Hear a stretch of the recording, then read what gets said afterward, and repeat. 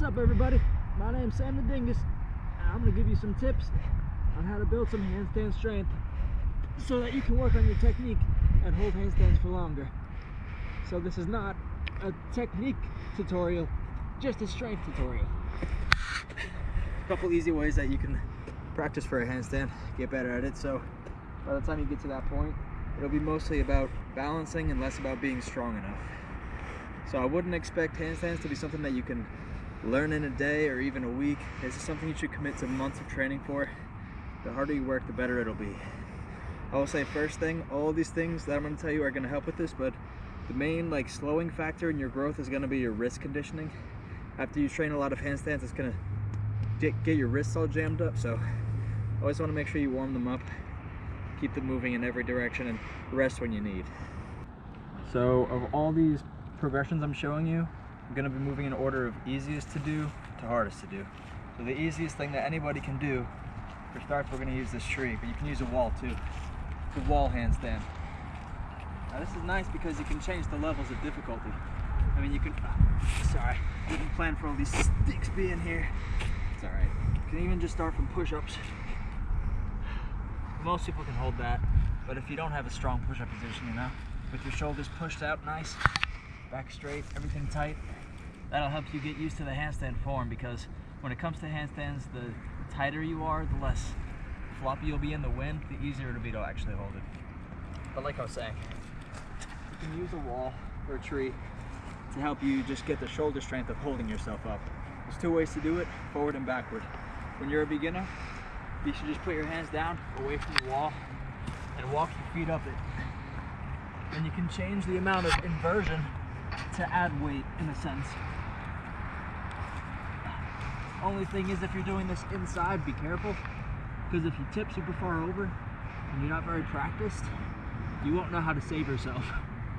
So when you're done, just walk it down, or you can kick around. Second way, a little more advanced, but it's a more accurate feeling to how it actually feels, is to face the wall forward. Just make sure you calibrate where your foot's going to touch, and then you just kick up over it.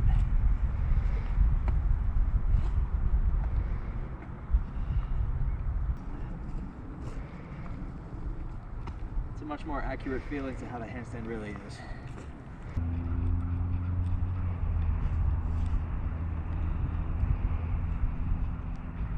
So like I said, if you're trying to get handstands good, it's going to take months of investment. And so if you're going to be doing this for months, the time over time will help a lot. So cartwheel is the second way to help a lot, because it's kind of like a handstand, but it moves quickly. And just like riding a bike, it's a lot easier when you're not holding still.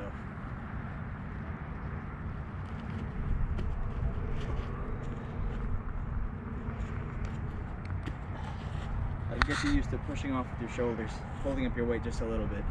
After a while, you could even try to slow them down a little bit if you can.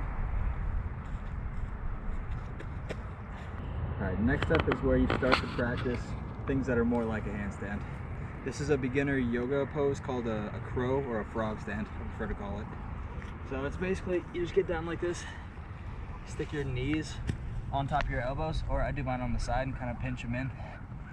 And you basically just lean forward until your feet can just be off the ground. This one's good because it's pretty safe as far as calisthenics goes. If you fall, it's just something like this. Just watch out for hard floor. But it's a pretty easy to hold this. Most beginners will be able to do it. And this is just the beginning of moves that are teaching you that your hands balance. I don't know how to explain this, but when you see a handstand and you're not familiar with them, it might just look like doing a handstand. But it's something you have to be actively balancing in order to work. Even just if you're on your feet, you're always balancing. When you lean backward, you put the weight in a certain spot to catch yourself. When you lean forward, you put the weight in a certain spot to catch yourself. It's exactly the same thing with your hands. Your fingertips catch you if you're moving too far forward over yourself. And if you're too far backward, your palms will try to get you.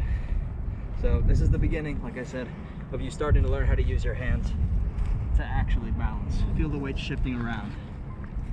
Almost done here, but this next one is very important.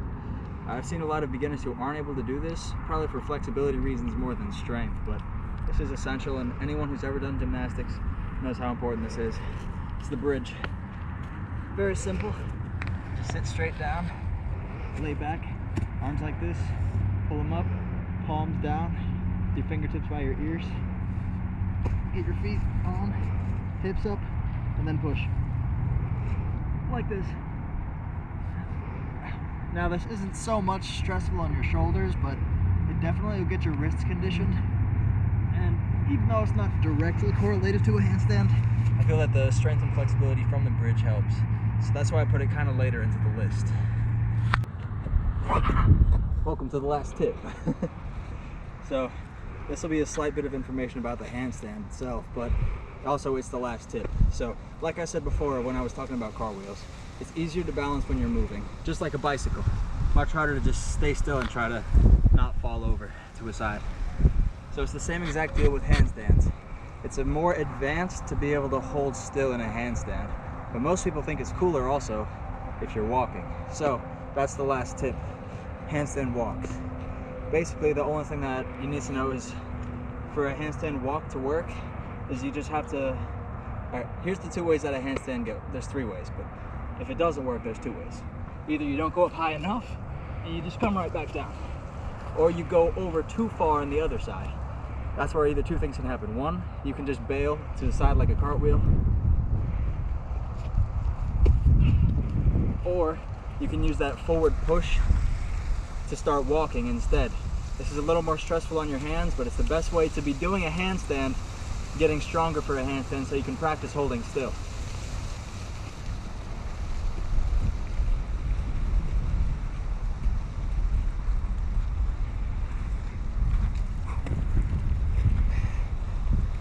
Alright, with that, that's all the tips I was able to think of for how to get your handstand strength improved. If you just run through these different drills and progress them over time, it'll be a lot easier for you to do a handstand. So I hope this helps. Moses, if you're watching this, better get practicing, boy. I've never seen you even try a handstand. Alright, man. I'll see you guys soon.